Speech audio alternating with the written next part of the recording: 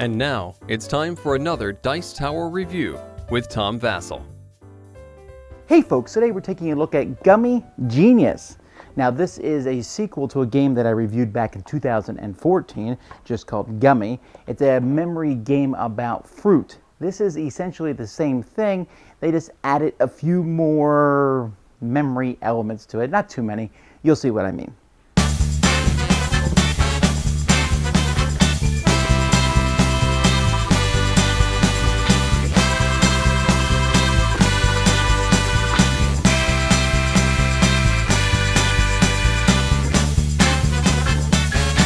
This game is made up of a deck of cards, and in this card there are 7 types of fruit. You'll see there's bright, vivid illustrations. These fruit are numbered from 1 to 5, with the exception of the blue fruit here, which goes from 1 to 7. Now the distribution of these cards is different. There's actually a card that's included in the game that shows you the distribution. So for example, you can see that there's 4 1s of every color, except red, there's only 3 1s of red.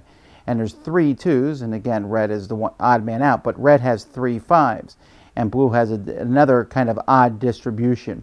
So you're going to shuffle the cards, and you're going to put these here on the table in about 3 different piles.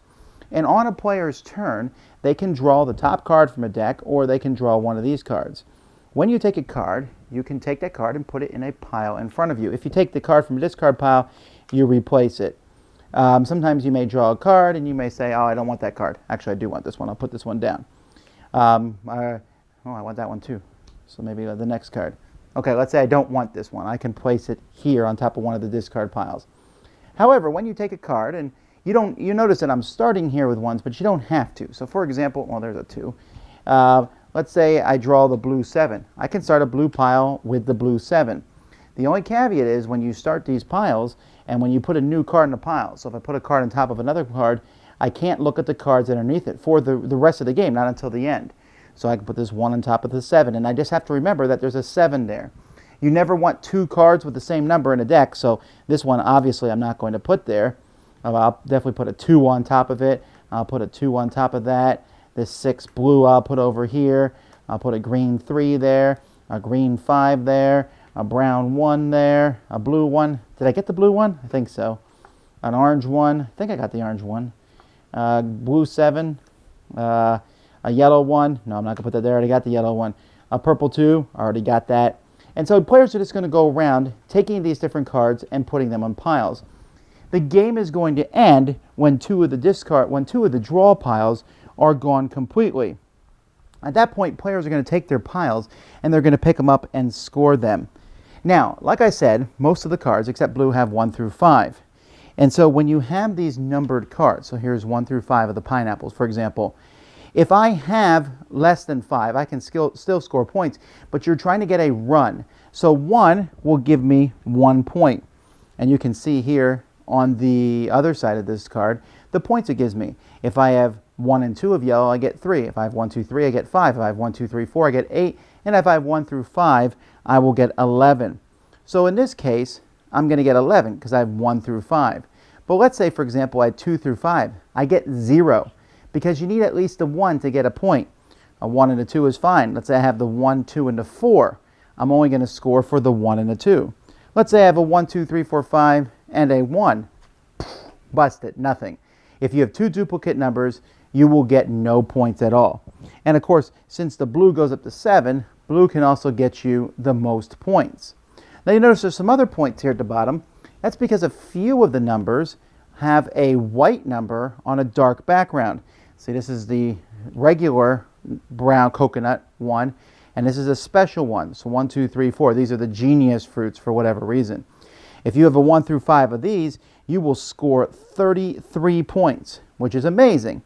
Again, though, these you have to have. Again, the 1 and the 2 is all that matters. And there's a lot fewer of these cards. You'll notice on the distribution, it tells you how many there is. There's only 1 of the white 5, 2 4s, 2 3s, 2 2s, and 3 1s. And that's it. So you're going to add all your scores together at the end of the game, and whoever has the most points is the winner. Now this isn't a game that I'm going to love. In fact, I feel pretty much the same way as I did about the original GYUMI, and that I like it. I don't love it, but there is a couple things I really do enjoy. First of all, I love the artwork. I don't know what it is. This artwork just pops. Good pictures of fruit, and it's easy to tell apart by color and to tell apart by the fruit. So that's good. The cards are good quality. I like that. I like that there's a different number distribution in the original GYUMI. I like the idea that there's only certain numbers that are out there. Getting a 1 is almost always good. I say almost because getting 2 1s is a bad thing. And I should mention that the passion fruit, the blue cards, they go up to 7. They can give you the most, but if you duplicate a number in those, you lose 11 points. So you have to be very careful about taking these. Now this is a memory game. There is no question. And maybe for some of you who are watching, you think that seems dreadfully easy. I tell you, for me, it's not. I'll draw the blue 4. I'll put the blue 4 down. And I'll say blue 4. Then I put a blue 2 on top of it, and I'll go 4, 2.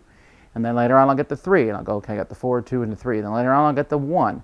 And I'll wait, did I get the 5? I can't remember if I got the 5 or not. This happens to me every time I play. I almost always duplicate a number because I really can't remember. You have all these fruits in front of you. Let's say you have 6 fruits in front of you, and there's a lot of numbers you have to memorize, putting them down. Now, you don't have to memorize if you put them in order from 1 to 5, but they may not come up in that. So this adds that extra passion fruit that goes up to 7, which is very risky but can get a lot of points, and adds the genius fruits that also, they kind of run across the colors. Now, there's no question to me that the coconut 1, if you see that, you definitely want to grab it. It's the best card in the game because it's the 1 for coconuts. And remember, you need a 1 to score, but it's also the 1 in the genius fruit, and you need that to score that also. And getting any kind of fruit score for genius, I played one game where I got like a 2, 3, 4 in the genius, but I did not get the 1. Well, I just lost a whole lot of points there. Getting that 1 is pretty critical. So the genius fruits are pretty potent. There's definitely luck as you turn the cards over, and obviously memory. And some people are not going to like either of those. But I'll tell you, I did find the game kind of soothing. Even if the whole time I'm going, what card, what card, what card, what card, what card. It was kind of, I don't know how to explain it. It just was not that taxing. And overall, the game is entertaining. You flip over the cards at the end, and you hear people go, oh, I thought I had a yellow 2, I don't have one. Or oh, 2 green 3s. So entertaining and interesting. Certainly one that you might want to look at. GYUMI Genius. Dice Tower Judgment, approved. Thanks so much for watching the Dice Tower videos. Find more great videos and reviews, as well as our top-rated audio podcast at Dicetower.com. You can also find other great shows at Dicetowernetwork.com. I'm Eric Summerer, and you've been watching The Dice Tower. The Dice Tower is sponsored by Cool Stuff Inc., where you can find great games for great prices. Cool stuff in stock. Check them out at CoolStuffInc.com. Shut the door.